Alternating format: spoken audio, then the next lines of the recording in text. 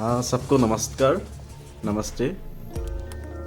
आज हमारा republic party of India Athawale national secretary and हमारा नॉर्थ ईस्टर्न रीजन का ऑब्जर्वर माननीय विनोद निकाल जी हमारे पास है। असम तक की तरफ से आपको हार्दिक स्वागत है असम में, और हमारे चैनल की तरफ से भी आपको बहुत बहुत धन्यवाद। आप इतना बिजी आदमी है, लेकिन हमारे चैनल को आज एक मौका दिया, टाइम दिया है, इसलिए हार्दिक स्वागत है।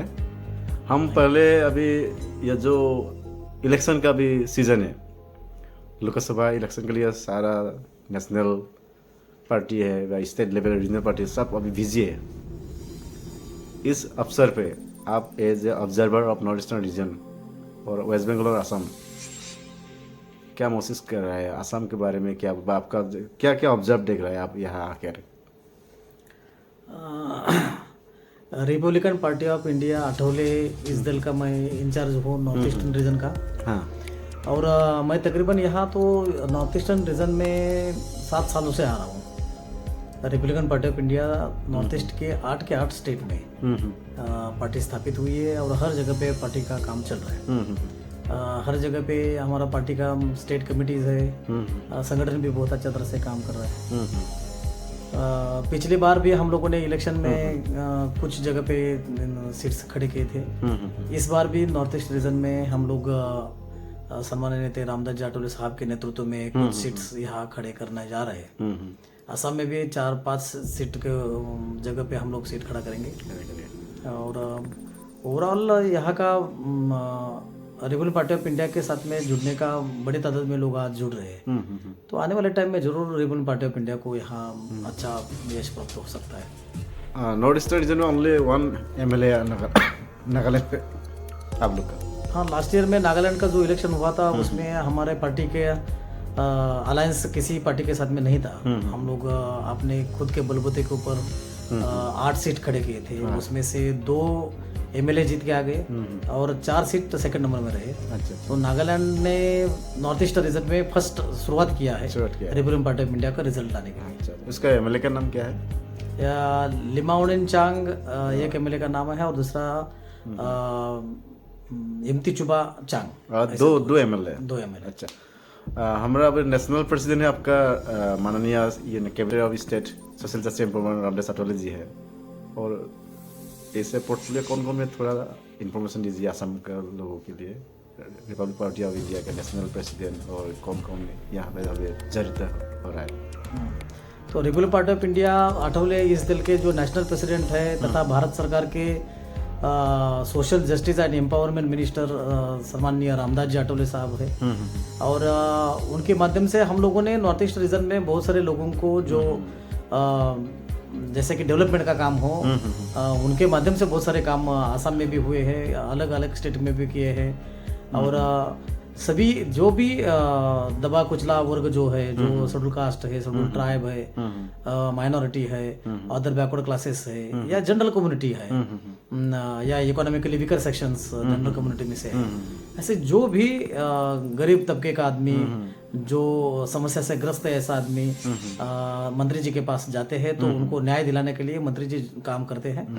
नॉर्थ ईस्ट रीजन में भी उन्होंने 7 साल में बहुत अच्छा से लोगों को न्याय दिलाने के लिए काम किया है। अच्छा। और उनकी फ्लेक्सिबिलिटी देख के बहुत सारे लोग पार्टी ज्वाइन कर रहे हैं। अभी आपका जो ऑब्जर्वर बेनिस में क्या क्या देख रहा है यहाँ नॉर्थ ईस्ट में, असम में सोशल जस्टिस एंड एम्पावरमेंट जो एक तरीका है, क्या जस्टिस ये है सिक्योर्ड है क्या नहीं है आपके वजह से? तो मुझे तो लगता है कि भारत देश के अदर स्टेट के अगर मुताबिक हम लोग चलते हैं, अगर बात करते हैं तो कि जात व्यवस्था बाकी के स्टेट में बहुत बड़ी तादाद में देखने को मिलती है और जाति के आधार पर और धर्म के आधार पर बहुत सारे क्रैशेस वहाँ देखने को मिलते हैं। ज़्यादा से ज़्यादा जाति के आधार पर वहाँ बहुत सारे लोगों को प्रताड़ित किया जाता है। लेकिन उसके मुताबिक अगर आप नॉर्थ ईस्ट के बारे में सोचते हैं तो नॉर्थ ईस्ट रीजन में जात फैक्टर नहीं चलता है। तो सबसे बड़ी बात है, बहुत इंपॉर्टेंट बात है। तो जाति के आधार पर यहाँ ज्यादा से ज्यादा किसी को प्रताड़ित किया नहीं जाता है। नॉर्मल ऐसे बहुत सारे नॉर्मल चीजें रहेंगी, कुछ जगह पे ऐसा होता रहेगा। लेकिन जैसा कि अदर स्टेट के मुताबिक यहाँ मुझे इतना ज्यादा प्रभाव नहीं, मुद्दा नहीं देख रहा है। यस। अभी आप लोग का जो पार्टी है असम में कौन सा कॉन्स्टिट्यूशन में देना आप लोग का ऐसे प्लानिंग? वैसे तो हम लोगों ने बराक वैली में बहुत अच्छा तरह से हम लोग हमारा पार्टी का संगठन है। उसके बाद में धुबरी डिस्ट्रिक्ट में है, बरपेटा डिस्ट्रिक्ट में है, उसके बाद में डिब्रूगढ़ में भी है बहुत अच्छा, लखीमपुर में है। तो ऐसे कुछ जगह पे हम तकरीबन असम के 17 डिस्ट्रिक्ट में हमारा संगठन काम करता है पार्टी का। तो जिस डिस्ट्रिक्ट में या लोकसभा क्षेत्र में अच्छा होगा उस जगह पे कुछ कैंडिडेट हम लोग उतारने की कोशिश कर रहे हैं। अब आपका क्या एक्सपेक्टेशन क्या है?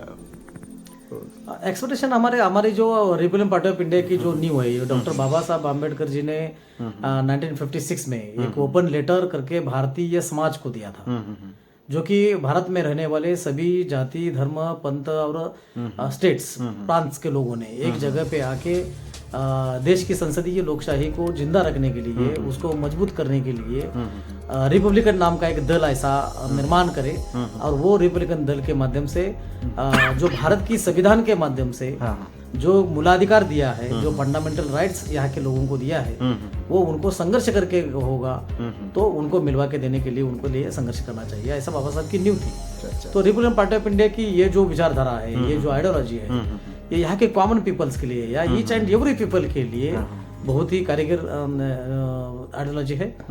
इसलिए हम लोग हर एक तबके के, हर एक कम्युनिटी के, हर एक प्रांत के लोगों की इकोनॉमिकली, पॉलिटिकली, उसके बाद में सोशली, सभी अंगों से उनका डेवलपमेंट होना चाहिए, इसके बारे में सोच रखते हैं। और इस देश में जिस प्रकार से भारत का संविधान 4 सूत्र के ऊपर खड़ा है, जैसे कि स्वतंत्रता, समता है, बंधुता है और न्याय है, ये न्याय के ऊपर आधारित सभी लोगों को ऐसा ये भारत का संविधान लागू हो और सभी लोगों को उनके बेनिफिट्स मिले, इसके लिए रिपब्लिकन पार्टी ऑफ इंडिया बाबा साहब के अम्बेडकर जी के विचारधारा के ऊपर काम करती है। तो वैसे तो हमें बहुत अच्छा तरह से लोगों का इस जगह पे समर्थन मिल रहा है। असम में जैसा बीजेपी है, कांग्रेस है, एजेपी है और अभी राइजर दल है, आवाम भी, टीएमसी है, उसको छोड़कर क्यों रिपब्लिक पार्टी अटवाले में ग्रासरूट लेवल का जो जितना आदमी है क्यों आ सकेगा? इसका मतलब जरूर, क्योंकि कैसा है कि हर एक पार्टी का मतलब अपने अपने जगह पे हर क्यों चूज करेगा आपको? जरूर, ये हमको जानना चाहते हैं। जरूर, हर एक पार्टी का अपनी अपनी सोच रहती है, अपनी अपनी एक आइडियोलॉजी रहती है, जो फिलोसफी रहती है, उसके आधार पर वो अपनी पार्टी चलाते हैं। जैसे कि रीजनल पार्टियां रहती है, उनका तो रीजनल माइंड रहता है, लिमिटेशन भी होता है। हाँ, लिमिटेशन होता है। नेशनल लेवल पे वो पार्टियां ज्यादा नहीं चल सकती है। जैसे कि वो कोई अपना भाषा का मुद्दा लेके आगे आ जाता है, कोई जात का मुद्दा लेके आगे आ जाता है, कोई धर्म का मुद्दे लेके आगे जाता है। लेकिन रिपब्लिकन पार्टी का ऐसा दल है, वो नेशनल लेवल पे रिपब्लिकन जो कंसेप्ट है डॉक्टर बाबा साहब अम्बेडकर जी का है, वो तो कंसेप्ट सिर्फ देश के लिए नहीं, तो वैश्विक कंसेप्ट है। वो तो चाहते हैं कि सभी जाति धर्म के लोगों ने, प्रांत के लोगों ने एक दूसरे के साथ में भाईचारा बना के एक दूसरे को साथ में मतलब बंधुता रखे अपना खुद का डेवलपमेंट करना चाहिए। अपने खुद के डेवलपमेंट के साथ साथ में उन्होंने अपने राज्य का डेवलपमेंट करना चाहिए, अपने देश का डेवलपमेंट करना चाहिए, और ये एक बड़ी सोच है। बाकी के जितनी भी पार्टियां हैं उनकी अगर सोच देखते हैं तो कौन धर्म के नाम से चल रहा है, कौन कम्युनिटी के नाम से चल रहा है, कोई जात के नाम से चल रहा है। तो हम चाहते हैं कि सभी जाति धर्म को लेके चलने वाला एक ही दल है, एक ही दल है, वो रिपब्लिकन दल है। अच्छा। और ये चाहता है कि भारत को जैसा है वैसा अखंड रखना है, भारत के टुकड़े ना हो जाए, भारत में संविधान वैसा ही रहे, जो भारत का संविधान सभी को न्याय देता है, और वह संविधान को मजबूत करने के लिए हम सब लोगों ने एक जगह पे आके इस दल को आगे बढ़ाना चाहिए, उनको उठाना चाहिए। ठीक है, बहुत बहुत धन्यवाद, आपने हमको साथ दिया, बहुत वैल्यूएबल अपनी स्पीच हमको फॉरवर्ड किया है।